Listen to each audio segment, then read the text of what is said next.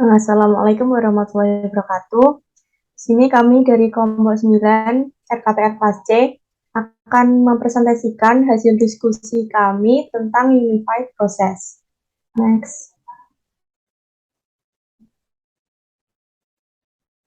Adapun anggota dari kelompok kami yaitu ada saya sendiri, Riani Dewi Intan Permatasari dengan NRP akhir 026. Kemudian ada teman saya, Dwi Cindy Arianti dengan NRP akhir 030. Dan yang terakhir ada Avanda Mirsa dengan NRP akhir 126.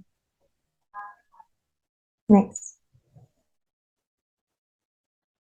Kemudian topik bahasan yang akan kami bahas di presentasi kami kali ini yaitu yang pertama ada sejarah Unified Process, kemudian ada definisi dari Unified Process itu sendiri, kemudian ada fase, proses, dan yang terakhir ada contoh dari Unified Process itu sendiri.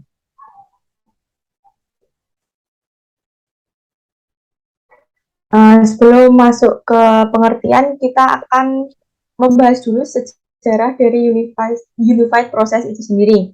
Unified Process itu sendiri berawal pada tahun 1960-an akhir, di mana ada pekerjaan yang dilakukan oleh Ivar Jacobson di Ericsson. Jacobson dan rekan-rekannya itu memodelkan sistem telekomunikasi yang sangat besar menggunakan lapisan blok dengan lapisan bawah berfungsi sebagai dasar untuk subsistem di lapisan yang lebih tinggi. Artinya blok-blok ini akan membuat paralel dengan apa yang sekarang dikenal sebagai komponen. Kemudian tim dari Jacobson itu sendiri membangun blok tingkat rendah tersebut dengan menjelajahi apa yang mereka sebut sebagai kasus lalu lintas. Setelah itu dilanjutkan pada tahun 1987, di mana Jacobson memulai sebuah perusahaan dia yang diberi nama Objectory AB. Dia dan rekan-rekannya menghabiskan beberapa tahun untuk mengembangkan Objectory tersebut yang merupakan proses dan produk yang disebut dengan Rational Unified Process. Kemudian tahun 1990-an, Jacobson dan rekan-rekannya mulai bekerja pada Unified Method yang akan menggabungkan fitur terbaik dari analisis berorientasi objek dan metode desain setiap model yang mengadopsi fitur tambahan yang diusulkan oleh para ahli lain. Kemudian hasil dari diskusi itu menghasilkan UML atau kita sebut sebagai Unified Modeling Language yang berisi notasi yang kuat untuk pemodelan dan pengembangan sistem berorientasi objek. Dan pada akhirnya pada tahun 1997, UML menjadi standar industri de facto untuk mengembangkan proyek perangkat lunak berorientasi objek. UML ini sendiri menyediakan teknologi yang diperlukan untuk mendukung praktik rekayasa perangkat lunak berorientasi objek, tetapi tidak memberikan kerangka kerja proses untuk memandu tim proyek dalam penerapan teknologi mereka. Kemudian selama beberapa tahun ke depan, Jacobson dan rekan-rekannya mengembangkan Unified Process yang merupakan kerangka kerja untuk rekayasa perangkat lunak berorientasi objek menggunakan Unified Modeling Language ini. Next. Dan ini merupakan bagian atau alur peristiwa penting dalam evolusi Unified Process yang pada tahun 1988 ini perusahaan Objectory AB milik Ivar Jacobson mulai diperkenalkan. Kemudian ada tahun 1995 yang mulai merilis versi online mereka dan seterusnya. Next.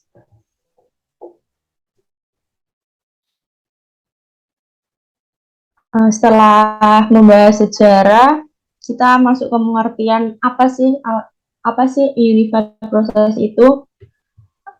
Unified Process itu merupakan kerangka kerja proses pengembangan perangkat lunak yang interaktif dan incremental.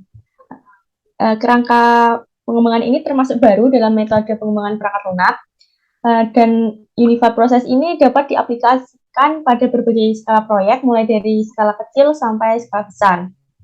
Adapun Unified Process ini sangat tepat digunakan saat kondisi yang pertama, yaitu pengembangan perangkat lunak yang berorientasi objek dengan berfokus pada UML atau Unified Modeling Language.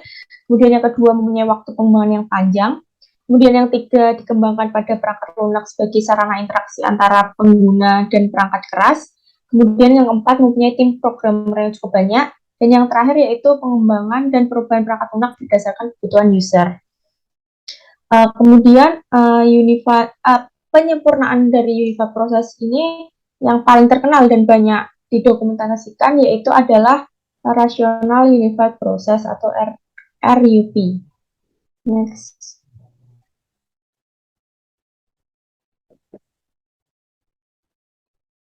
Kemudian dari beberapa hal, Unified Process ini adalah bentuk upaya untuk memanfaatkan fitur dan karakteristik terbaik dari model proses perangkat lunak tradisional, namun mengkategorikannya dengan cara mengimplementasikan banyak prinsip terbaik dari Agile Software Development. Unified Process ini sendiri mengakui pentingnya komunikasi kepada pelanggan dan metode yang sederhana untuk menggambarkan pandangan pelanggan tentang suatu sistem. Ini artinya ciri utama dari metode Unified Process ini adalah menggunakan use case driven dengan pendekatan iteratif untuk siklus pengembangan perangkat lunak. Dalam Unified Process ini juga terdapat 4 tahapan pengembangan, yaitu yang pertama ada inception, elaboration, construction, dan yang terakhir ada transition. Next.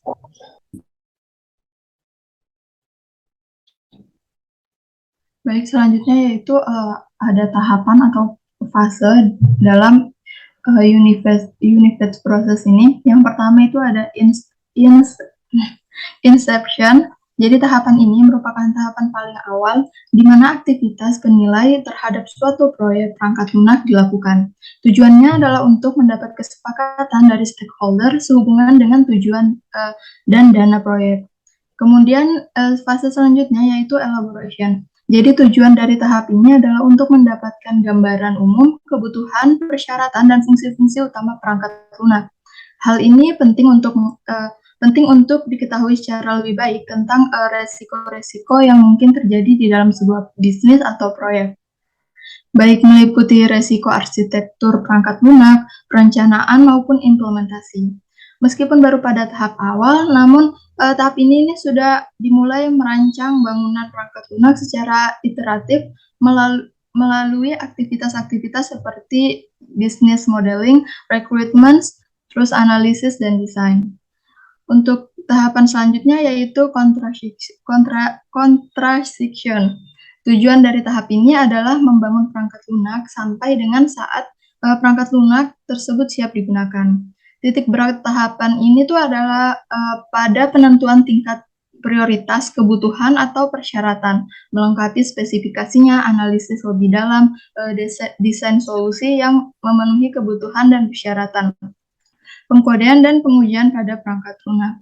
Jika dimungkinkan, versi awal dari perangkat lunak diuji cobakan untuk mendapat masukan dari pengguna. Untuk tahapan yang terakhir yaitu transition. Jadi tahap ini difokuskan pada bagaimana menyampaikan perangkat lunak yang sudah jadi pada pengguna. Perangkat lunak akan secara resmi diuji, baik oleh penguji atau tester yang kompeten maupun pengguna. Beberapa aktivitas seperti pemindahan pusat data dan pelatihan pengguna serta staf pendukung harus dilakukan pada tahap ini. Next.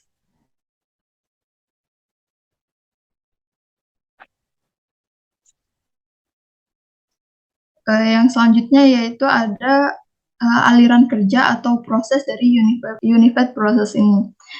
Unified Process ini aliran kerjanya dibagi menjadi dua, yaitu ada aliran kerja utama dan aliran kerja pendukung, di mana aliran kerja utama itu terdiri dari business modeling. Jadi pada tahap ini terdapat identifikasi dan deskripsi langsung dari area dan permasalahan untuk redesign atau re-engineering beserta struktur dan proses-proses bisnis organisasi. Kemudian ada recruitment. Tujuan utama pada fase ini adalah menyusun sistem apa yang seharusnya ada dan mengapa perlu dibuat. Modifikasi batas dari sistem, melihat kemungkinan ancaman, keamanan, serta bagaimana cara untuk menanggulanginya. Dan juga pada tahap ini mengestimasi biaya dan skala waktu yang tinggi. Isi dari sistem dibangun yang kemudian diterjemahkan ke dalam use case model dengan tambahan spesifikasi kebutuhan. baik kebutuhan fungsional dan non-fungsional dikumpulkan dan dianalisis. Kebutuhan user dan stakeholder serta fitur high level didefinisikan dan kemudian diubah menjadi specific software requirements. Kemudian yang selanjutnya ada analisis dan desain. Pada fase ini, semua requirements pada tahap kedua akan diubah menjadi spesifikasi implementasi. Selanjutnya ada implementasi. Jadi pada tahap ini semua analisa dan desain yang telah dibuat pada fase sebelumnya akan diimplementasikan dan diterjemahkan menjadi kode program. Testing. Jadi pada tahap ini pengembangan software akan menguji dan memverifikasi semua interaksi komponen, kebutuhan yang telah diimplementasikan dan kualitas dari software yang telah dikembangkan.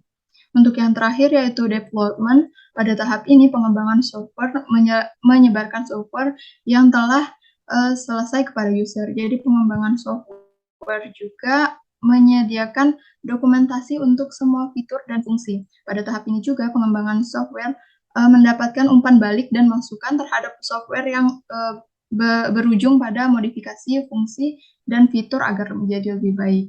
Kemudian untuk aliran kerja pendukung, yang pertama itu ada konfigurasi dan change management. Jadi tahap ini menjalankan dan merawat integritas dari proyek. Kegiatannya meliputi monitoring dan mengatur perubahan permintaan, perubahan biaya, dan tetap mengontrol berbagai versi produk. Dan selanjutnya yaitu project management. Tahap ini menyediakan framework untuk mengatur software dan risiko. Tahap ini juga menyediakan pedoman untuk planning, staffing, monitoring, dan secara umum menunjukkan manajemen proyek. Untuk yang terakhir yaitu environment. Tahap ini menjelaskan tentang infrastruktur dan metode yang dibutuhkan untuk mengembangkan sistem. Next.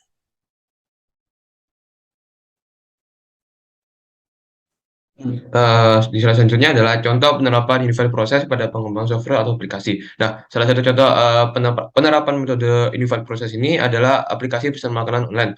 Nah, dalam menggambarkan fitur aplikasi makanan online ini kita dapat menerapkan 4 fundamental unified process mulai dari inception, elaboration, contraction hingga transisi. Dan akhirnya nanti kita akan menghasilkan sebuah software aplikasi yang kita inginkan. Itu sesuai project, online food atau aplikasi pesan makanan online.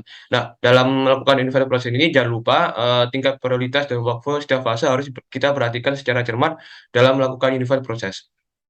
Sehingga ketika kita mengaplikasikan unified process dalam online food ini, project-nya dapat berhasil. Oke, tahap yang pertama adalah inception. Nah, di dalam tahap ini, developer bisa berfokus pada workflow business modeling dan requirement apa saja yang dipertimbangkan di dalam software atau aplikasi makan online. Nah, contohnya adalah memodelkan sistem di dalamnya. Workflow bisa dimulai dengan mengawali pertanyaan apa fiturnya dan bagaimana prosesnya. Nah, dengan dua pertanyaan tersebut, nantinya dua hal ini akan membantu para developer untuk merancang bagaimana arah layanan fitur yang dapat diberikan oleh software kepada user, mulai dari modal proses bisnisnya, resource yang dibutuhkan, dan lain sebagainya.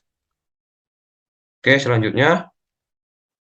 Nah, setelah sharing berjalan waktu, fase akan berlanjut pada elaborasi. Nah, di tahap ini, proyek arsitektur dan kebutuhan resources akan berlanjut lebih dalam lagi, terutama dalam tahap analisis, desain, biaya development, dan kemudian implementasinya. Di sini ada contoh use case dan aktivitas diagramnya.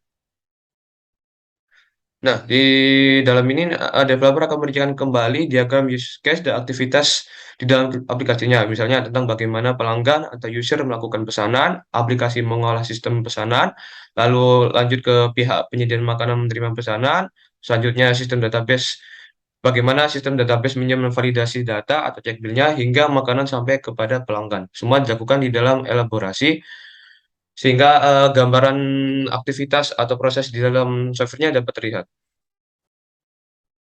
Oke, tahap selanjutnya adalah konstruksi. Nah, di tahap konstruksi ini, konsep software itu sudah mulai terbentuk, mulai dari desain, tulisan sistem, dan pengamatan tesnya. Semua konfigurasi, manajemen sistem, dan model interface mulai dari implementasi, penggunaan software, implementasi user, melakukan pemesanan secara beta test, implementasi front and back end software dalam mengolah proses pemesanan, hingga model jadi software akan terfokuskan pada fase konstruksi ini. Jadi developer benar-benar memfokuskan bentuk jadi dari aplikasi atau software yang dikembangkan. Dalam contoh ini adalah aplikasi pesan makanan secara online. Dan tahap terakhir adalah transisi. Nah, proyek yang telah melalui semua workflow dan fase-fase sebelumnya itu akhirnya akan siap untuk dirilis. Nah, di dalam final step ini, prioritas workflow akan berfokus pada konfigurasi atau bentuk software, kematangan deployment, dan evaluasi serta feedback dari user untuk memperbaiki atau memodifikasi kembali kekurangan fitur di dalam software. Nah, hingga akhirnya jadilah sebuah software atau aplikasi yang dapat digunakan oleh target pengguna kita. Adapun contoh dari OnlyFood ini, bila kita menggunakan Unified Process, mungkin bisa menjadi GoFood, GrabFood, ShopeeFood, ataupun nama aplikasi online yang kita inginkan. Catatan terakhir, jangan lupa prioritas dan iterasi workflow tetap harus diperhatikan pada tahap ini. Jangan sampai kita tetap melakukan prioritas penuh terhadap business modeling ketika sudah berada di tahap transition ini. Nah, adapun semua penjelasan contoh pada pengembangan ini mungkin belum mencakup semua secara menyeluruh unified process dalam suatu pengembangan software aplikasi. Nah, bisa saja dalam proses unified process, misalnya dalam software pemesanan online food ini lebih rumit dan lebih spesifik. Nah, tergantung dari bagaimana pihak perusahaan atau developer mengembangkan software atau aplikasinya. Oke, mungkin itu saja presentasi dari kelompok kami. Semoga bermanfaat. Akhirul kalam, wassalamualaikum warahmatullahi wabarakatuh.